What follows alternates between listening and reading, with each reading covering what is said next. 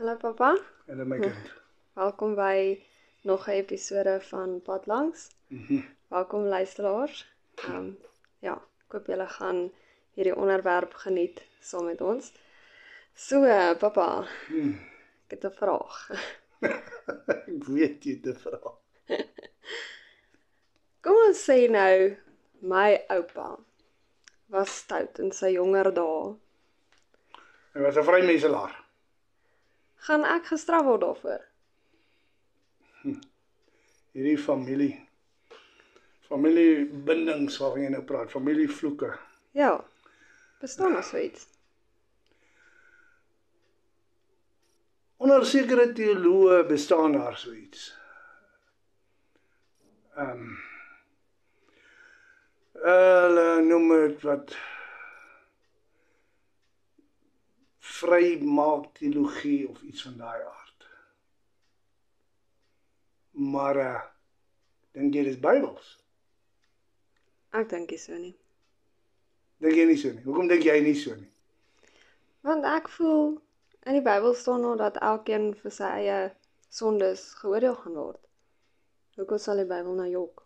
En die Bybel sê God is regverdig. En God is 'n regverdige God. Ja. So met ander woorde, hierdie bevrydingsteologie strook eintlik teen die karakter van God. Ja, Dink jy so? ja. Goed, kom ons gaan na Exodus 20. Dit is die wet, die 10 gebooie. Ek wil net even vir my lees vers 5 en vers 6. Goed, Exodus 20 vers 5 tot 6.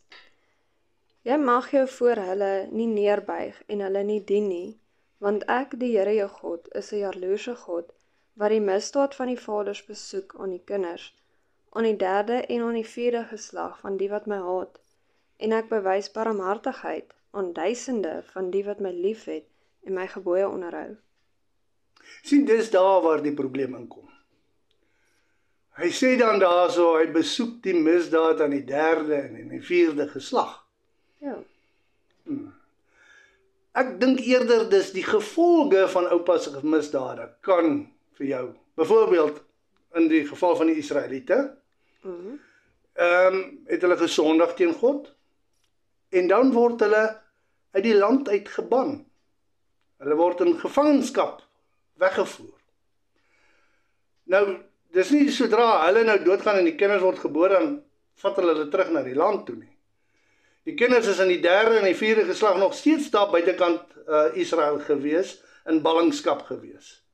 Verstaan jy? So die gevolge kan van oupa af wees. Maar God straf nie.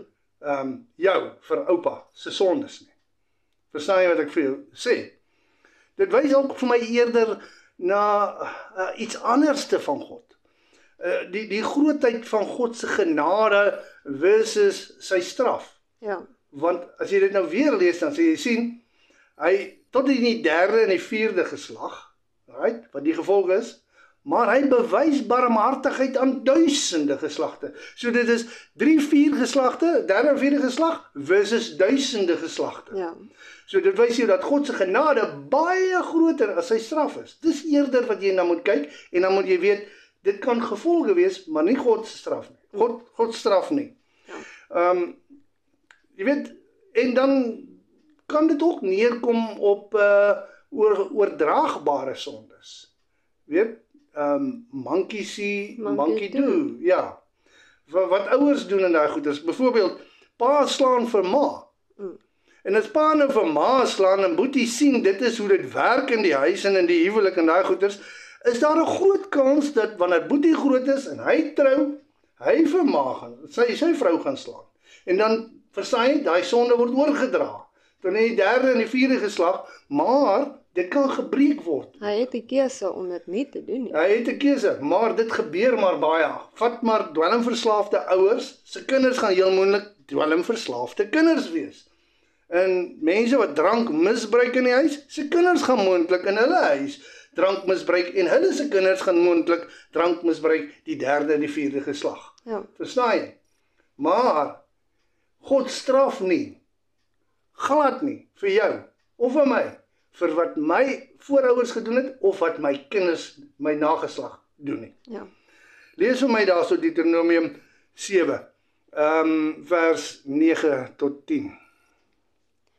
Jy moet dan weet dat die Here jou God is, die getroue God wat die verbond en die goedertierenheid hou vir die wat hom liefhet en sy gebooie onderhou in duisende geslagte, maar aan die wat hom haat, aan elkeen persoonlik vergeld hy dit om hom te vernietig. Hy sal met sy hater nie versuim nie, hom persoonlik sal hy dit vergelde. Hoor jy weer eens daar die ding van die duisende geslagte, maar hoor nou is dit nie die derde en die vierde geslag, maar dan die gevolge nie, maar nou kom dit by straf uit. Ja, Right. Nou kom dit by straf uit. En wanneer dit by straf uitkom, wie? persoonlik. Persoonlik. Jy persoonlik. Ja. So weer eens, die goedertierenheid word aan duisende geslagte, weer eens die genade van God wat so groot is. Right? Maar wanneer hy straf hy die persoon wat persoonlik sondig, wat persoonlik God haat. Reg? Maak dit vir jou sin? Ja, Ek meen, dis wat die Bybel sê. ja. Deuteronomium 26:16. Vandag beveel die Here jou God jou om hierdie insettinge en verordeninge na te kom. Onderhou dan en doen dit met jou hele hart en met jou hele siel. Wie beveel dit? God. Lees dit weer. Vandag Beveel die Here jou God jou om hierdie insettinge en verordeninge na te kom. Onderhou dan en doen dit met jou hele hart en met jou hele siel. Wat 'n vers is daai? Vers 16. Deuteronomium 26 vers 16. Dan het ek hom daar verkeerd geskryf. Gaan soek hom net gou vir my. Deuteronomium 26.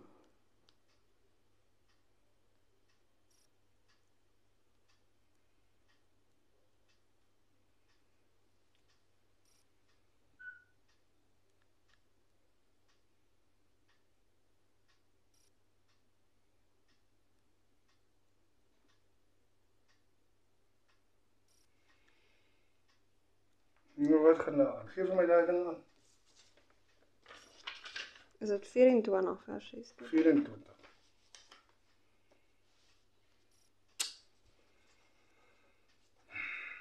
Okay. Ek lees Deuteronomium 24 vers 16. Ek skryf lelik. 24:16. Ja. Lees hom. Die vaders mag nie vir die kinders en die kinders mag nie vir die vaders gedood word nie. Elkeen moet vir sy eie sonde gedood word. Hoor mooi. Wat sê die wet dan? Die vaders mag nie vir die kinders en die kinders mag nie vir die vaders gedood word nie. Elkeen moet vir sy eie sonde gedood word. Hoe Ja. meer duidelik kan mens dit Ja, stel? dit is wat die wet sê. Right? Dit is wat die wet sê. Elkeen moet vir sy eie sondes gestraf word. Geen pa word gestraf vir sy kind se sondes nie. Geen kind word vir sy pa se sondes gestraf nie. Né? Dit is die wet dat niemand gestraf word vir 'n ander se sonde nie. Niemand. Daar's nie uitsondering nie. Niemand nie. Jy kan die gevolge dra van jou pa wat roekeloos gaan dobbel het en nou sit jy in armoede. Right? Maar dis nie God wie jou straf nie. Ja. Right? Dis die gevolge wat jy dra. Right? Wanneer dit kom by God se straf, ons het dit net reeds klaar behandel, dan is dit die ou persoonlik. Daarom sê God in die wet dat 'n pa nie vir 'n kind se sonde gestraf word en 'n kind nie vir 'n pa se sondes gestraf mag word nie. En dit is ook uitgevoer in hulle lewens. Gaan na 2 Konings 4 vers 16 toe. 2 Konings 14 vers 6. Ja, 14 vers 16. Maar die kinders van die moordenaars het hy nie laat doodmaak nie, soos geskrywe is in die wetboek van Moses, waar die Here dit beveel het. Die vaders mag nie vir die kinders en die kinders mag nie vir die vaders gedood word nie, maar elkeen moet vir sy eie sonde sterwe. Sien jy? Wat daar gebeur het is, die koning, toe hy koning word, sy pa is vermoor deur 2 ouens. Right? En toe hy koning word, toe vat hy hierdie 2 amptenare wat sy pa vermoor het, en hy stel dit reg. Maar nie hulle kinders en vrouens en wat ook al nie, soos wat die wet sê. So, ons het die wet gelees, ons het die toepassing van die wet gelees. Verstaan jy? Ja. So die mense van die Bybelse tyd het verstaan waaroor dit gaan. Right? Maar dan moet ek ook vir jou sê, dat ons as mense kan in ons ekstase dinge uitroep. Né? Goed, ek gaan jou 'n voorbeeld gee. Eksodus 34 vers 6 tot 7. En toe die Here by hom verbygaan, het hy geroep, Here, Here, barmhartige en genadige God, lankmoedig en groot van goedertierenheid en trou, wat die goedertierenheid bewaar vir duisende, wat ongeregtigheid en oortreding en sonde vergewe, maar nooit ongestraf laat bly nie, wat die ongeregtigheid van die vaders besoek aan die kinders en aan die kindskinders, aan die derde en aan die vierde geslag. Jy sien, dit klink nou soos 'n weerspreker. Dit kom nou alweer terug, maar hy bereik die ongeregtigheid aan die derde en die vierde geslag. Right? En nooit ongestraf bly nie. Weereens, wie dit gedoen? Moses het dit uitgeroep toe God by hom verbygegaan het. Ja. Right. Maar wat sê God self? Eksodus 32:33. Toe het die Here Moses geantwoord, wie teen my gesondig het, die sal ek uitdelg uit my boek. Wie teen my gesondig het, die sal ek uitdelg. So dit is nou basies wat Moses gesê het, teenoor wat God gesê het. Dis die teenoorgestelde. Ja. Moses het dit uitgeroep, God sê, wie teen my sondig, sy naam sal ek uitdelg uit die boek. Ja. Right, wat ek geskryf het. Right, maak dit vir jou sin? Ja. Ek gaan jou nog 'n voorbeeld daarvan gee. Jeremia 32 vers 18 tot 19. Jeremia is hier besig om te bid. U wat guns bewys aan duisende en die ongeregtigheid van die vaders vergeld in die skoot van hulle kinders na hulle, die groote, die geweldige God, wie se naam is Here van die leerskare, groot van raad en magtig van daad, wie se oë oop is oor al die weë van die mensekinders, om aan elkeen te gee volgens sy weë en die vrug van sy handelinge. Right. Maar sê hoe weerspreek hy homself ook daar, elkeen te gee volgens sy weë. Right.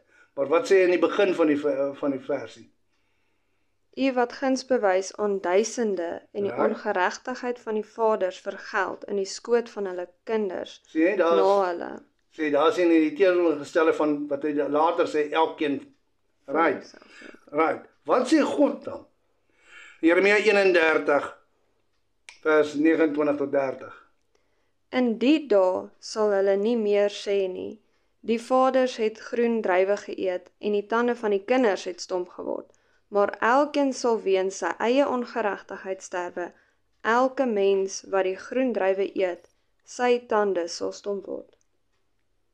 Sê die teenoorgestelde wat hy sê, elkeen, nie daai, dat hulle die spreekwoord gehad, die vaders eet groen druiwe en die kinders se tande word stomp. Met ander woorde, jy hoor wat ek vir jou sê. Ja. Maar God sê, dit sal nie meer so wees nie. Elkeen sal vir sy eie ongeregtigheid. So, ons het nou gedoen wat Moses sê, wat God sê, wat Jeremia sê, wat God sê. Kom ons gaan na Esegiel 18 toe, as jy hom vir my daar kan aangee. Ek gaan nou die hele Esegiel 18, want dit is 'n baie belangrike hoofstuk, jy kan eintlik niks in die hoofstuk uitlaat, né? Ja. Right, want die hoofstuk handel juis oor hierdie ding van wie word gestraf en wie word nie gestraf nie. Verder het die woord van die Here tot my gekom. Wat is dit met julle, dat julle hierdie spreekwoord gebruik, aangaande die land van Israel, naamlik, hy sê dieselfde spreekwoord as Jeremia, die vaders het groen druiwe geëet, en die tande van die kinders het stomp geword. So waar as ek leef, spreek die Here, die Here praat nou, né? Dit sal nie meer in gedagte kom om hierdie spreekwoord in Israel te gebruik nie. Ek wil net weer daar beklemtoon. Die mense sê die spreekwoord, Ja. nie God nie. En God sê, ek sê, dit sal nie meer geduld word nie. Dit sal nie meer gesê word in Israel nie. Ja. Dan gaan God verder. Hy sê, kyk, al die siele is myne. Soos die siel van die Vader, so die siel van die Seun. Hulle is myne. Die siel wat sondig, die moet sterwe. Hoor wat sê God? Die siel wat sondig, die moet sterwe. Elkeen vir homself. Elkeen vir homself. En nou gaan God, en nou gaan hy vir ons 3 geslagte voorbeelde gee. Right? Dis belangrik, want ons hardloop die hele tyd met die derde en die vierde geslag, en God kom, en hy maak 'n einde aan al hierdie dinge, hy sê, julle sal nie meer hierdie dinge sê nie, en nou gaan ek vir julle 3 voorbeelde, 3 geslagte, oupa, pa en seun, 3 geslagte gee. Maar as iemand regverdig is, en reg en geregtigheid doen, né? En dan noem hy nou al die voorbeelde van die goeie dinge wat die ou doen en daai goeters, right? En hy lewe 'n goeie lewe. Ek gaan nou nie al daai goeters lees nie, jy kan dit self gaan lees. Dan, as hy nou al daai dinge doen, dan sê God, hy is regverdig. Dis nou die eerste geslag. Dis die eerste geslag, dis die oupa. Né? Hy sal sekerlik lewe, spreek die Here. Want hy is regverdig. Ja. Hy doen die regte dinge. Hy sal sekerlik lewe, sê die Here. En hy het 'n geweldenaar van 'n seun verwek. So nou kom ons by die tweede geslag. Ja. Right. En hy het 'n geweldenaar van 'n seun verwek wat bloed vergiet en net maar doen al hierdie slegte en verkeerde dinge, en dan noem hy al hierdie verkeerde en slegte dinge weer op en nou goeders, dan sê hy sal nie lewe nie. Al hierdie gruwels het hy gedoen. Hy moet sekerlik gedood word. Sy bloedskuld is op hom. So, met ander woorde, oupa het goed gelewe. En God sê hy is regverdig, hy sal lewe. Ja. Maar hy verwek nou 'n geweldenaar van 'n seun. 'n Sleg ouetjie, 'n niksnut, right? Wat allerlei verkeerde dinge doen. Dan sê God, hy sal sterf vir sy sondes. Ja. Right.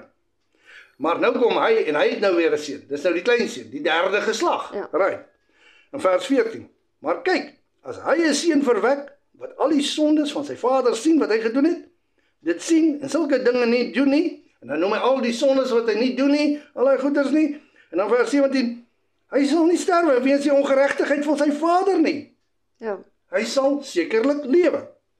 Hoor mooi, hy sal nie sterf vir die ongeregtigheid van sy vader nie. Hy sal sekerlik lewe. Hoor, vers 18, sy vader sal, omdat hy aan verdrukking skuldig is, sy broer iets deur roof ontneem het en onder sy stamgenote gedoen het wat nie goed is nie, kyk, hy sal deur sy ongeregtigheid sterwe. Die seun sal nie sterwe vir sy pa se goed nie, maar die pa, omdat hy al hierdie verkeerde dinge gedoen het, hy sal sterwe vir wat hy gedoen het. Vers 19, dis belangrik. God sê hierso, God gooi nou die beskuldiging terug na ons as mense. En God sê, maar julle sê. So Moses bid, God sê. Jeremia bid, God sê. Hier kom God en sê, maar julle sê, waarom dra die seun nie saam die ongeregtigheid van die vader nie? Ja, dis wat mense sê. Ja. Maar die seun het reg en geregtigheid gedoen en al my insettinge gehou en dit volbring. Hy sal sekerlik lewe. Dit sê die God, dit sê die Here, né? Die siel, vers 20, die siel wat sondig, die moet sterwe. Die seun sal nie die ongeregtigheid van die vader help dra nie. En die vader sal nie die ongeregtigheid van die seun help dra nie. Met ander woorde, die klein seun sal nie die ongeregtigheid van die seun dra nie. En die oupa sal nie die ongeregtigheid van sy seun dra nie. Verstaan jy? Dis die 3 geslagte. Ja. Right, maak dit weer sin. Die seun sal nie die ongeregtigheid van die vader help dra nie, en die vader sal nie die ongeregtigheid van die seun help dra nie. Die geregtigheid van die regverdige sal op hom wees, en die goddeloosheid van die goddelose sal op hom wees. Maar nou kom God, en hy wys weer vir ons daardie genade, daardie groot genade wat hy het. Ja. Né? Right? Soos die duisende geslagte, dis is die derde en vierde geslag, hier kom God nou in vers 21. Maar as hierdie goddelose seun hier in die middel, as die goddelose hom bekeer van al sy sondes wat hy gedoen het, en al my insettinge onderhou, en reg en geregtigheid doen, sal hy sekerlik lewe. Hy sal nie sterwe nie. Met ander woorde, hy was nie slegte ouetjie gewees, die pa, né? Oupa was goed, kleinseun was goed, pa was sleg, maar as pa hom bekeer, dan sal hy nie meer sterwe nie. Ja. Dan sal God hom nie meer straf nie. Maak dit weer sin? Ja. Al sy oortredinge wat hy begaan het, sal hom nie toegereken word deur sy geregtigheid wat hy gedoen het, sal hy lewe. Het ek dan miskien 'n behaag in die dood van die goddelose? Nee, duidelik nie, né? God het nie 'n behaag daarin nie. God wil nie, hy wil eerder hê die mens moet hom bekeer. Ja. En daarom God sal ook nie jou straf vir wat ek aanvang nie. Ja. En hy sal ook nie my straf vir wat jy aanvang. Right. Het ek dan miskien 'n behaag in die dood van goddeloses? Spreek die Here. Nie liewer daarin dat hy hom bekeer van sy weë en lewe nie. Dis wat God wil hê. Ja. Maar nou kom ons weer terug na die oupa en die kleinseun, Die goeie mense. die goeie mense. Maar as die regverdige afwyk van sy geregtigheid en onreg doen en handel volgens al die gruwels wat die goddelose doen, sal hy lewe. Aan al sy geregtigheid wat hy gedoen het, sal nie gedink word nie. God sê, ek gaan nie meer daaraan dink, as hy nou omdraai en hy raak nou 'n slegte oukie nie. Right. Om sy troubreek wat hy begaan het, en om sy sonde wat hy gedoen het, om hulle ontwil, sal hy sterwe. Ja. Presies dieselfde wat gebeur met die seun, as hy hom bekeer, sal daar nie meer gedink word aan die sonde nie, en hy sal lewe, sê op, maar as die oupa en die kleinseun nou skielik sleg word, sal nie meer gedink word aan die goeie nie, maar sal hy sterf vir sy sondes. Tog sê julle, God kom weer terug na ons as mense, met ons slimmighede. Right. Die weg van die Here is nie reg nie. Ons sê, die weg van die Here is reg. Ons beskuldig God. Dit laat my dink aan die blame game, wat al begin het in Genesis 3. Ja. Huh? Met Adam en Eva. Ja, Adam beskuldig Eva, maar hy beskuldig God op. Die vrou wat u vir my gegee het. So dis haar skuld, maar dis ook u skuld, want u het haar vir my gegee. En die vrou, die slang, hierdie slang. Nou, verstaan jy? En weer eens, nou kom ons met dinge wat verkeerd gaan in ons lewens, en ons gooi die blame game. Dis omdat my oupa 'n vrymesselaar was. Ja. Dit het absoluut niks te doen met oupa se vrymesselary nie. As jy die dag daar in die ry staan voor God en jy kom voor, dan gaan God vir jou vra, maar wat? En dan gaan jy sê, maar oupa het die en daai gedoen. En dan gaan hy vir jou sê, draai om en kyk terug, daar staan jou oupa in die ry. Ek kom by hom. Ek kom by hom. Maar jy, wat is jou verskoning? Ja. Verstaan? Wanneer hy bly met my ry nie. Tog sê julle, die weg van die Here is nie reg nie. Hoor tog, o huis van Israel, is my weg nie reg nie? Is julle weer nie onreg nie? As die regverdige afwyk van sy geregtigheid en onreg doen, dan sterf hy ten gevolge daarvan. Deur sy onreg wat hy gedoen het, sterf hy. En as die goddelose hom bekeer van sy goddeloosheid wat hy gedoen het, en reg en geregtigheid doen, hy sal sy siel in die lewe behou. Hy het dit ingesien en hom bekeer van al sy oortredinge wat hy begaan het. Hy sal sekerlik lewe. Hy sal nie sterwe nie. Tog sê die huis van Israel, die weg van die Here is nie reg nie. Is my wee nie reg nie, o huis van Israel? Is julle wee nie onreg nie? Daarom sal ek julle oordeel, o huis van Israel. Elkeen volgens sy wee. Elkeen volgens sy wee.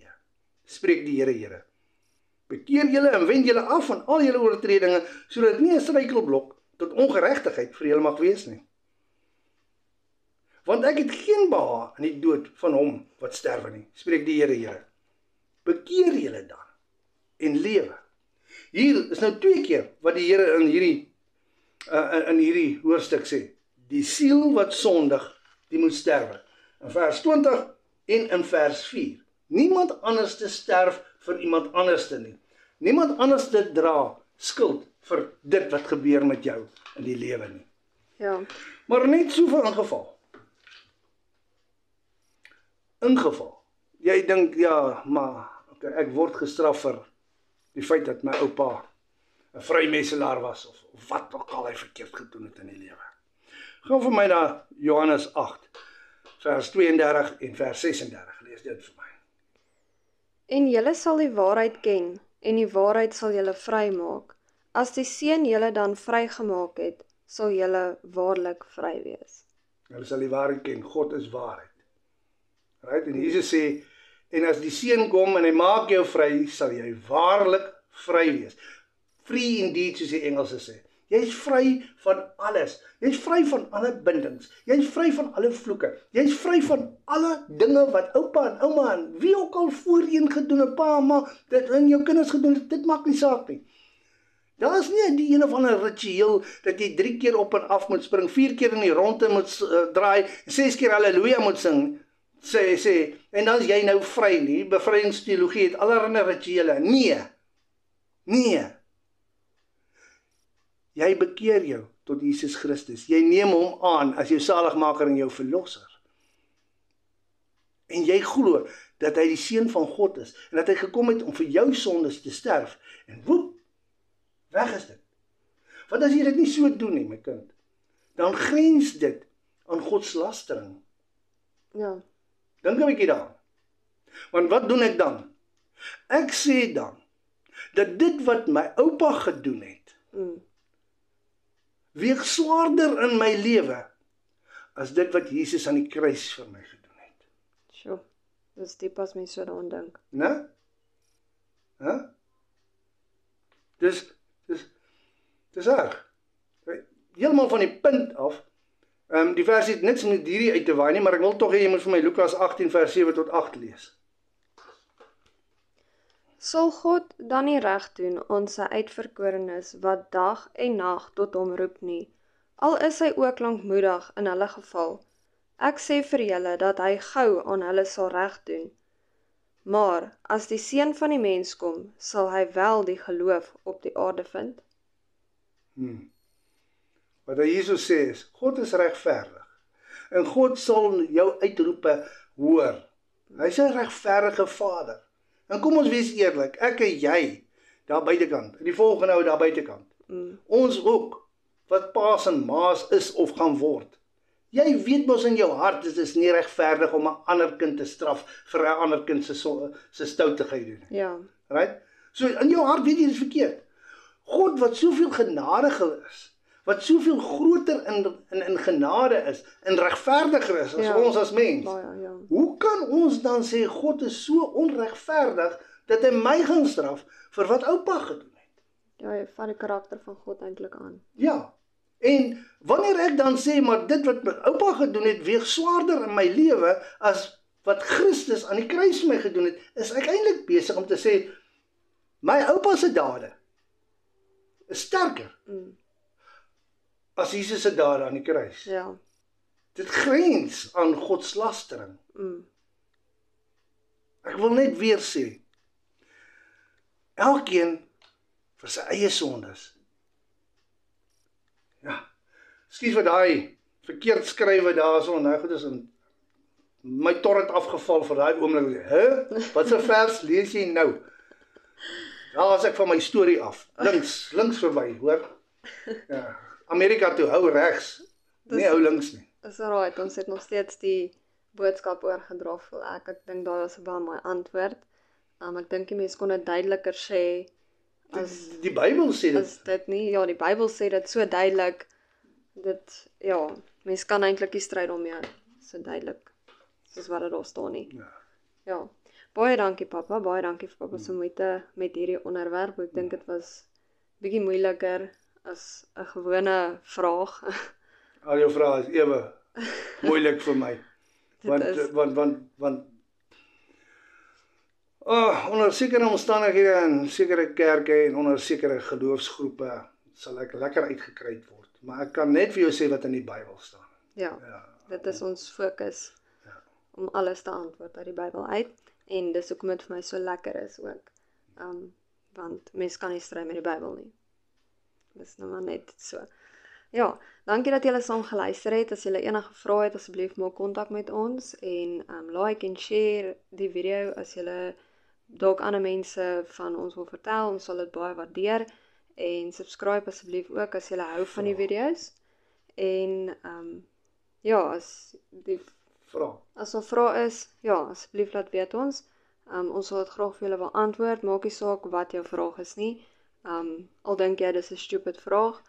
As is iets 'n stupid vraag. Ons voel nie in geloof is daar enigiets soos 'n stupid vraag nie, want dis dalk iets waar iemand anders ook mee worstel en jy het die vrymoedigheid om te vra en dit vir ander mense ook te antwoord.